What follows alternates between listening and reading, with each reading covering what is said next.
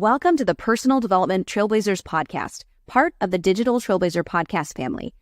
This podcast is dedicated to bringing you experts and trailblazers to help you grow, learn, love, and help you transform into your best self.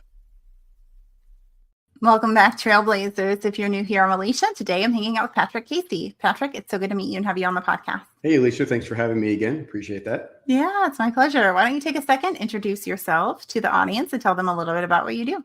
Yeah, of course. So I've been working as a nurse practitioner for the last 6 years. I work in substance abuse with people in recovery and that are getting sober from drugs and alcohol. I also had and just got rid of, I had a little small primary care practice as well. And kind of the reason I've been getting rid of that is what I'll talk about more, that I've been getting into the coaching business for being a personal development coach. So my own history is that I went to rehab when I was 19 years old. I went to rehab. My parents basically came home one night, found me passed out on the couch. I was, instructed to watch my two younger sisters, which I had, and to babysit them. And they came home, found me passed out on the couch, heroin, needle, spoon, the whole shebang. Yeah. Woke up to my dad shaking me, obviously just belligerent, beside themselves. I can't even imagine what they were thinking. I don't have kids of my own, but I can't even imagine what that would be like. So I woke up the next morning and I was like, wow, did that really happen last night? Like, did I have a bad dream? Like, what's going on? So I was trying to figure it all out. And sure enough, my mom was on the phone with treatment centers, and off I went to treatment. And there my life began to change at 19 years old. I found a new way of life. I got better, and a whole lot of awesome things have happened. And this was back in August of 2002. So August, this month, actually, in a couple of weeks, I'll be celebrating 22 years sober, which is really obviously awesome. Thank you. And, obviously my parents are just thrilled to death where I'm at today. So what I was kind of explaining to you before we started this is that I've kind of had this tunnel vision, these blinders on, of just kind of helping people in recovery, people who have alcohol and drug problems. I've helped many, many people over the last 22 years, just countless amounts of people I've been able to help, and who have also helped me during different times.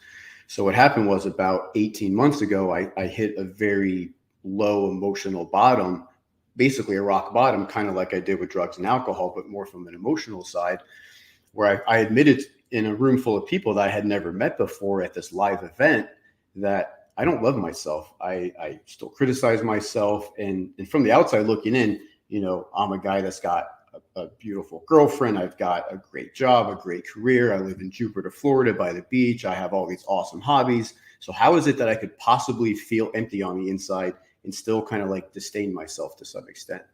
And so this lady said, I can help you. And she's a personal coach. And I had no idea really about personal coaching. It kind of was just like a fad thing I've always heard about. And so I've been working with her for the past 18 months.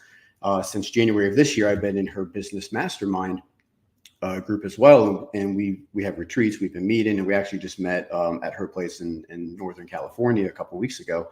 And so what I've been doing for the last handful of months is working on material and getting into the personal development side of coaching as well. And so what I kind of found out is, being a nurse practitioner, I really don't like prescribing meds for people that I don't feel need it. I don't like having to do blood work for people. I don't like having to help people that, don't really want to have help and aren't following up. And it was just a big headache doing this primary care practice, right? Mm-hmm. And so I let a lot of my patients know, I want to help you guys in a different way. If you want to, you can continue with me, or if, I can make referrals if you want to see somebody else. So I'm still working in the treatment field. And I'm working on a lot of stuff in that regard that I'm really looking forward to doing, to be able to help people in a different aspect. So the reason I brought that up is that now I can kind of cast a much wider net to be able to help more people that are not just suffering from drug and alcohol addiction. Like I heard a long time ago, I'm best equipped to help the person I once was. Mm-hmm. So I can help other guys, especially men. I'm very passionate about wanting to help men who struggle with anxiety, worry, feeling overwhelmed all the time, and have self-destructive behaviors that may not include drugs and alcohol, right, and be able to transform that and find some self-love, find some respect, find some joy. So that's my long answer for you. Yeah, no, I'm glad you shared that. And I think that that's awesome that you've kind of found that desire and that drive to help other people, not only with the recovery, because that's huge, right? That's a huge piece. But like you just said, there are so many people who are also struggling with other things that are maybe not quite as obvious, but they're still very destructive to the core of who we are. And yeah, I'm glad that you found that path and that you're going to be helping them. What were some of the things that you went through with your coach to kind of address that side of things? So you had the recovery kind of down, you had that whooped, right? But you had those other things going on. What were the ways that you addressed that? Maybe that can help the listeners who are tuning in today. Yeah, of course. No, awesome question. Yeah, because it wasn't about, I'm thinking about drinking, I'm thinking about doing drugs to change the way I feel. I might think about, let me go do this adrenaline rush thing, or let me go try all this other stuff to change the way I feel. So the biggest impact of what I did was figuring out what my core wounds are. And some of my core wounds are feeling abandoned, feeling disapproved of, feeling invalidated, feeling defective. And so what happens is when I get triggered by something or someone, one of those core wounds is usually what's being touched. And so what happens is I have this like automatic synapse effect that happens where I go from feeling that trigger to having an emotional reaction to having then usually a physical action that takes place after that. So I might withdraw, I might get defensive, I might fight back, I might hide and just kind of seclude myself from people when I get triggered. And so it was figuring out those core wounds, which for most of us and for me tied back to my childhood. So it was essentially underneath everything was childhood trauma. It wasn't normal for me to be 10, 11 years old, smoking marijuana. A fun night for me on a Friday night was like me and some of my friends walking around the shopping plaza smoking little cigarette butts, little partially smoking cigarettes just to get a little nicotine buzz. So I was always searching for something and that's not normal. So that came from somewhere. I wasn't born that way. So that came from somewhere. And so figuring that out, which she coached me through, and she has a whole method for doing that, which I'm really thrilled to be able to share with other people on the step-by-step stuff, how to do that. But that's kind of the generalization of that. But I also did a lot of cool stuff. It was basically, I had somebody in a group of people, because we did it kind of in a group format, that pushed me to do hard things, that pushed me to do things, something like this. Like maybe I want to be nervous and talk myself out of, what am I doing a podcast interview? Like, who am I? Like, I'm nervous. People are going to think all these things about me, but I do it anyways. I got into boxing at 37, 38 years old. I had my first boxing matches last year while doing all this work with them. And like, that's a very scary thing. But a lot of the tools and techniques she taught me got me through that. So some of them were, there's a thing called a Ho'oponopono prayer. You probably have heard of that. It's a Polynesian prayer. It's I'm sorry, I love you, please forgive me, I thank you. And it's something you say in the mirror to yourself repeatedly. And I expound on that because just saying something verbatim like that, like robotic, doesn't really do it for me. So I would say something like, I'm sorry I mistreated you all these years, I love you. Please forgive me for, not treating you better and not doing kinder things to you, and I thank you for forgiving me. So I might be talking to whatever I believe in as a higher power. I might be talking to Patrick. I might be talking myself. Like I might be talking to some entity out there. Right. And so there's a lot of things like that, really silly things too. Like people who hear this, who know me, are going to laugh too. Like when I drive to the treatment centers, there'd be times when I would do costume play. I have a superhero cape. I'd put on the superhero cape while driving to work because it helps me feel like I'm a hero. I'm doing good things. Because for me, people are like, dude, you do such good work. You help all these people. But for me, it's just another job. It's just a job I do every day. So it made it a lot more impactful to be like, yeah, I'm a hero. I'm somebody's hero. I'm helping people. I'm saving lives, rather than just like, oh, here I go to work again. So it was really helpful. And there's a lot of stuff. There's appreciation journals that I did. There's what's called Rampage of Appreciation, where I would call people and leave voicemails on their phone. And we had an agreement. If you see me call, don't answer. And I leave a 3 or 4 minute voicemail about everything I appreciate. I appreciate the weather. I appreciate my sobriety. I appreciate my health. I appreciate my fitness, and on and on and on. So there was a lot of those things that basically started training and getting me out of the negative momentum, which was all that negative self-talk. You're a this, you're a that. You did this again. You did that again, to get more of the positive momentum. So it was really cool stuff that, you can't just read it in a book. I can listen to podcasts, I can read books, and I can watch movies or whatever, documentaries, but like until I actually do the freaking work, I'm not going to change. So I have to, you probably have heard of like neuroplasticity. So it's like you do things. And then what happens is I look back and I go, wow, it didn't kill you. Patrick, you did this. It didn't kill you. You had your boxing match. You didn't die. You went on a podcast interview. You didn't die. You held a workshop in a group full of people. You didn't die. Nobody laughs in your face. So it's all those messages we give ourselves that the more we do other things, then we look back and we say, oh, okay, I can actually do this stuff now. Yeah, I love it. I think that's fantastic. And, it makes me think of, and I know I've mentioned it, I think on this podcast before, but one of the very first personal development books that I read was the Magic Thinking Big. And it was all about, what you put in is what comes out. And I think that that's the power of what you just said is, the mantra, for lack of a better word, that you told yourself daily, and you that matters. And it just retrained your brain. I think that's fantastic. Patrick, I'd love to hear what's been a really proud moment. Obviously, everything that you've talked about has been a proud moment in your recovery, in your growth as a person. But is there a specific story that you'd like to share that's been just a really proud moment or big success in your walk? God, there's so many, in terms of being, especially in recovery, where, so it's one time I was still kind of new in recovery. I was probably maybe 2 years sober, and I went back to volunteer at the treatment center where I once was a patient, a client. So that's always kind of a cool thing to kind of go back to nostalgia, like, wow, I remember being there, and I remember going to this cafeteria, and I remember sitting in these groups, and wow, some of the therapists are still here and they remember me. So I was sitting in this group, and we're in a big circle, probably about 30, 40 people. And this was a young adults group. So, people that were pretty much like in their 20s to, probably 18 to 20s to 30. So so-called young adults. And this one kid was sharing, and he was talking about, I'm not an alcoholic. I don't belong here. And he was telling all these stories about how he had been drinking. He'd been having these issues, having DUI and having bar fights and everything was going on. And I looked across from him, and this is not I'm not a very blunt person with people I don't know, nothing. I just looked across from him, and I won't cuss on here, but I said, dude, you're an effing alcoholic.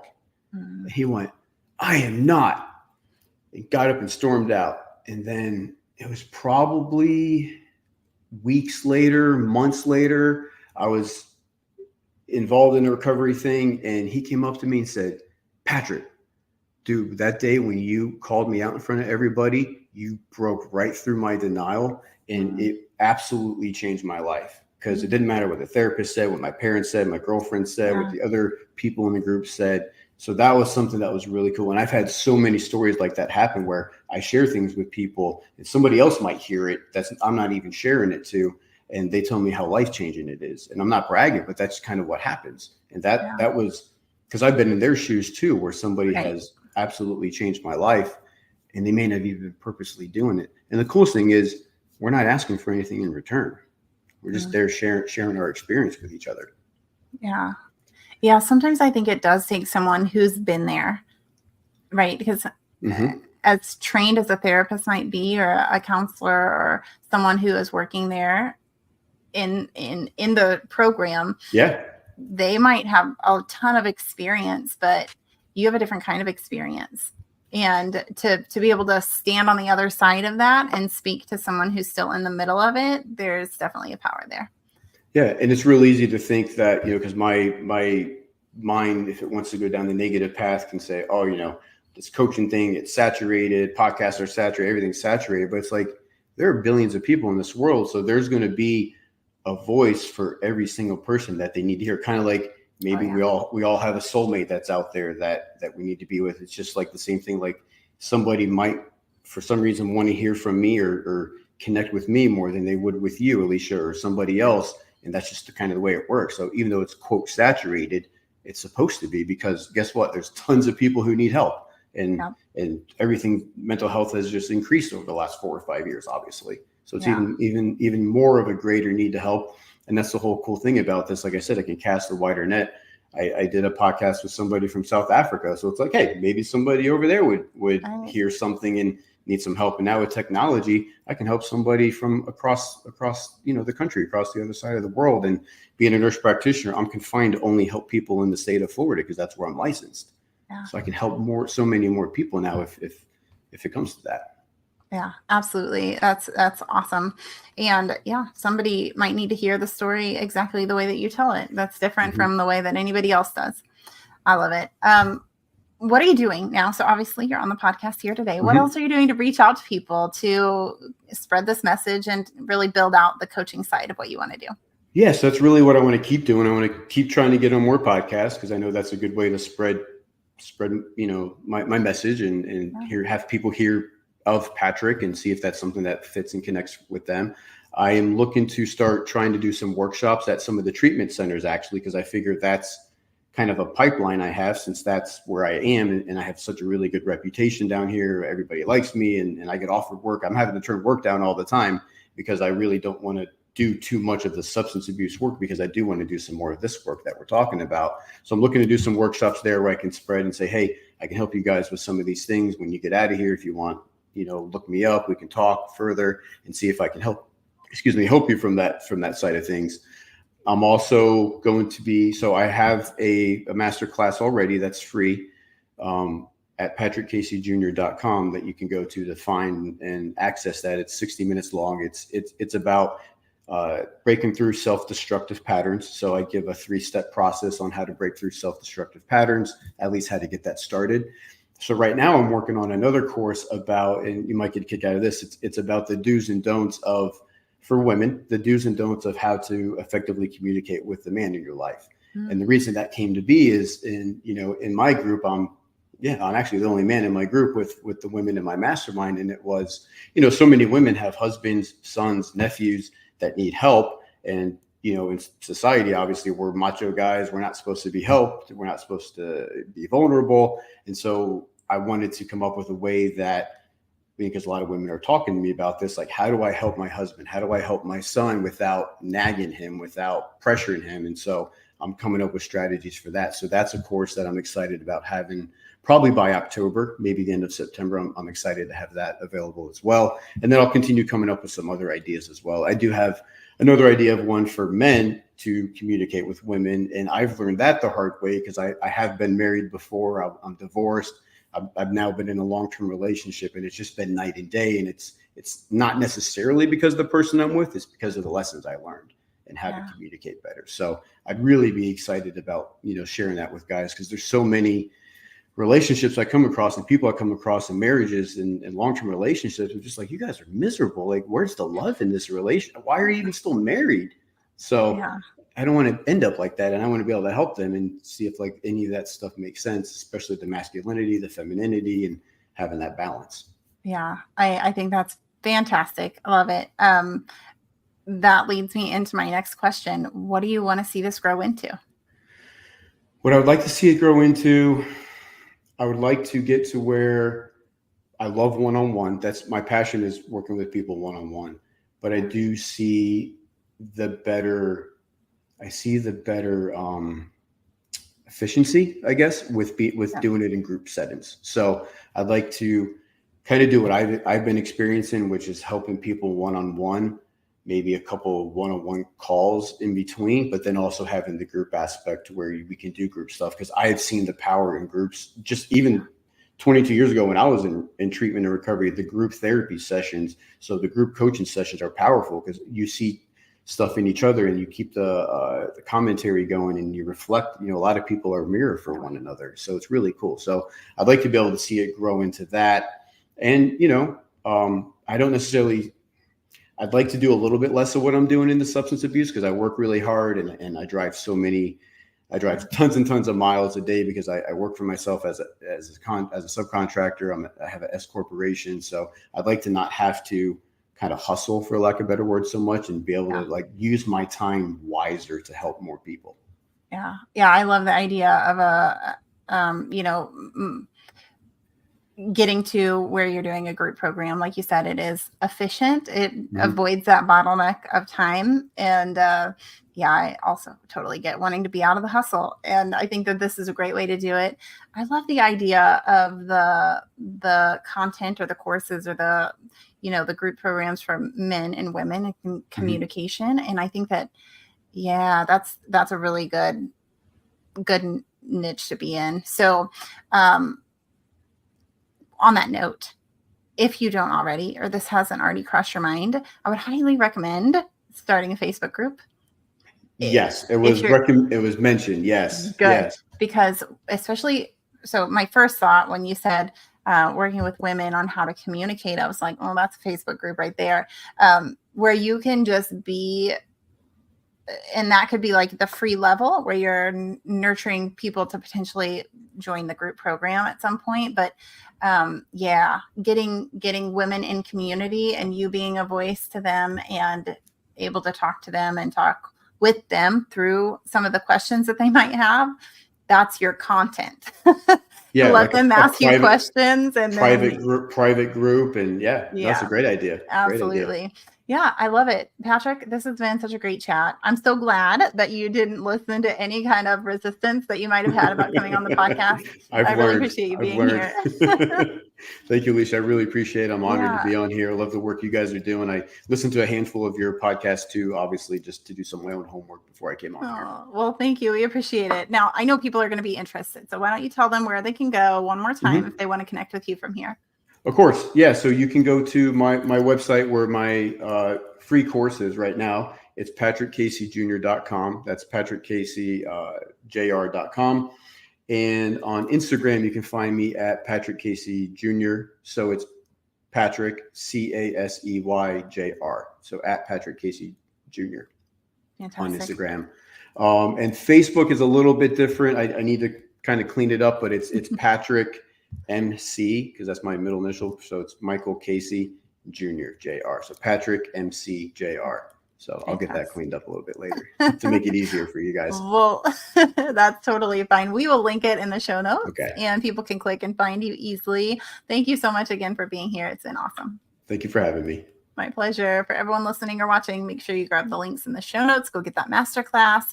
Like and subscribe wherever you're consuming this and share with a friend. And hey, if you want to be on the podcast, there's the link in the show notes for that as well. Thank you.